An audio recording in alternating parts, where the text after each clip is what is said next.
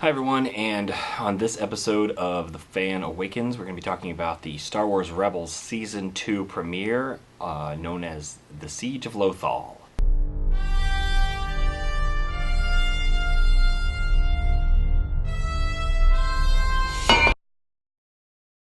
Okay, I'm not gonna break this whole thing down plot point by plot point or anything, but I am gonna talk about some things in detail that I liked. So fair warning on spoilers. If you haven't seen this already, and really if you haven't, you need to see it. Go watch it and then come right back here and watch this. All right, just a couple things I want to talk about. The first thing has to be the portrayal of Darth Vader here.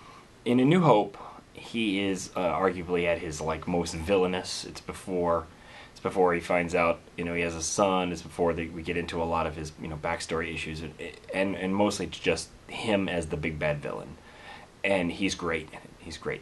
But A New Hope has a job to do. It has 2 hours to get you from point A to point B, and Darth Vader's screen time is around 15 minutes maybe, and that's about it. And they're great, and he makes every bit of it.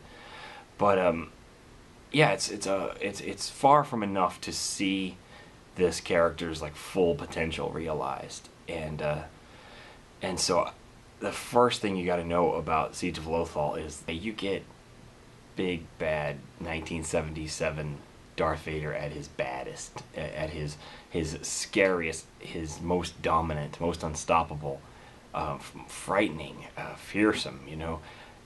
He has never been scarier. I mean, never. Not in Empire Strikes Back, not in Return of the Jedi, never. And it is a joy to watch. It's just a joy to watch. He picks apart an entire rebel fighter group by himself, and he shows up after tracking them, one fighter, and it shows just the perfect blend of arrogance / confidence that Anakin had is, to me, completely believable. For those people, I guess, who didn't like the prequels or didn't like Anakin's portrayal, or the portrayal of Anakin / Darth Vader in the prequels, who complained he wasn't badass enough, there's certainly enough badassery going on here that I would hope they would be satisfied by that.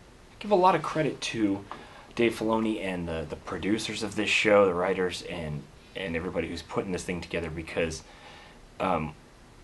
they still have a show to they still have a story to tell. They still have a show to put on, and we have heroes. Kanan and Ezra have to come up against Darth Vader. They have to come up against this unstoppable force, and they got to get away, and they got to get away, all the while improving on Darth Vader's character. They have to escape and still be a plus.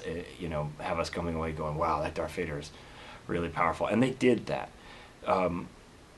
They have this pretty intense battle, and Vader just flings them around, and he's toying with them, and they are lucky to escape, and they're lucky to get in one good shot on him. They can use their combined force to knock Darth Vader over one time and topple some, an Imperial Walker on top of him, and get enough time to run away before Vader lifts the whole thing up, with one hand essentially, and just for pure straight enjoyment of Darth Vader, I don't think there's ever been anything better.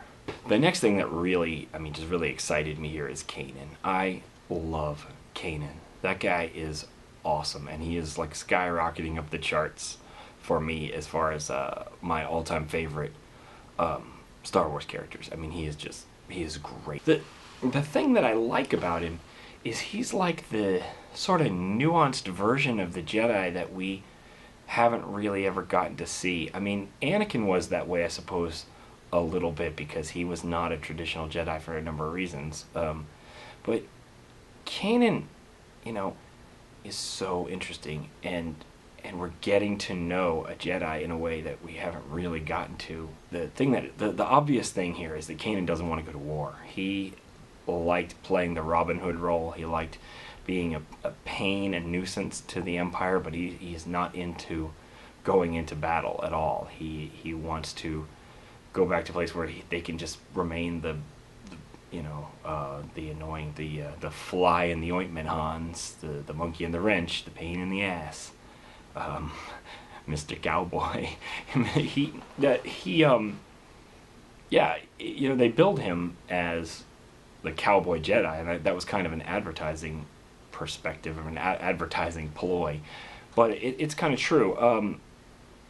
It reminds me a little like he's taking on this role sort of the gunslinger western kind of cowboy. He is the gun for hire, or the uh, guy who came out west because he wants to drink and gamble, and he ends up helping somebody, the reluctant hero who's most likely a Civil War veteran, and you could probably get him because he has a sense of duty to come in and save some farmers or some ranchers or a town from bandits or whatever, but you're not going to get him to put a uniform on again, and you're certainly not going to get him to start saluting people and listening to the orders of people he is unsure of where they're coming from. I mean, he's certainly not going to get involved in that situation, and I think Kanan is right there with that. He wants to do right, he wants to do good, but he's not interested in being part of an army, and man, that's great. And that is going to make, I think, if that's they sort of set that up to be the overriding theme of this year. He's going along with them because Hera wants to, and I totally get where Hera's coming from. She gets it. She comes from, we know her father, Chem Syndulla, was a Twi'lek resistance fighter, and we know she comes from that kind of a family, and she comes from that kind of a background, and she wants to do this. She wants to be part of this, and she's ready to go all the way, and that's great. And Kanan's going to support her. Zeb wants to go, Ezra wants to go, but we have to wonder if it's for the right reasons or not. And we know where they're going to go. It's cool. They're going to go that way, but Kanan is, he's not into this, and I cannot wait to see. I cannot wait to see him meet up with Rex and Wolf and these clones, because that confrontation, that initial meeting should be fascinating. That brings us to Ahsoka. Ahsoka, Ahsoka is great. When she showed up at the end of season 1 of Rebels, I lost it. It surprises me even now that I had that much emotional reaction to it. Personally, not just my kids, but I guess there's some debate online as to whether or not people think Ahsoka knew that it was Anakin, and I don't see how this is possible. And I don't want to say anything ridiculous like they're crazy, but man, I don't see how this is possible. The juxtaposition, to shot to Vader, shot to Ahsoka, and Vader says the apprentice lives. Immediately following a shot of Ahsoka looking terrified and screaming and passing out. I don't know how you could interpret that in any other way. I know that later Kanan and Ezra ask her, do you know who that was? She says no, but I don't know what else she was going to say. I think she's still grappling with the realization, and she recognized him, as some kind of twisted, horrible version of him, and it terrified her.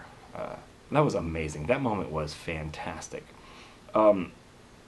It was as powerful a moment as you have in most Star Wars, and it speaks to how good this show is. And the show is much better than I thought it would be. And it's not that I had low expectations. I didn't. I thought it would be good, and I thought I would like it. But I can't believe that I am this excited about it. I am as excited about what's happening next on Rebels as I am with The Force Awakens, which is absurd to me that I think that way, but it's true. This is epic TV. It really is. And if you haven't watched it, you really need to watch it. You need to run right out and watch it, because this is great stuff. I cannot wait until, I guess it'll be September. Sometime in September we'll be getting more episodes of Rebels, and when we do, I'll be right here telling you how I feel about them. And if they're anywhere as good as this one, it's going to be a lot of fun. So until then, I guess, or until the next episode of The Fan Awakens, may the Force be with you.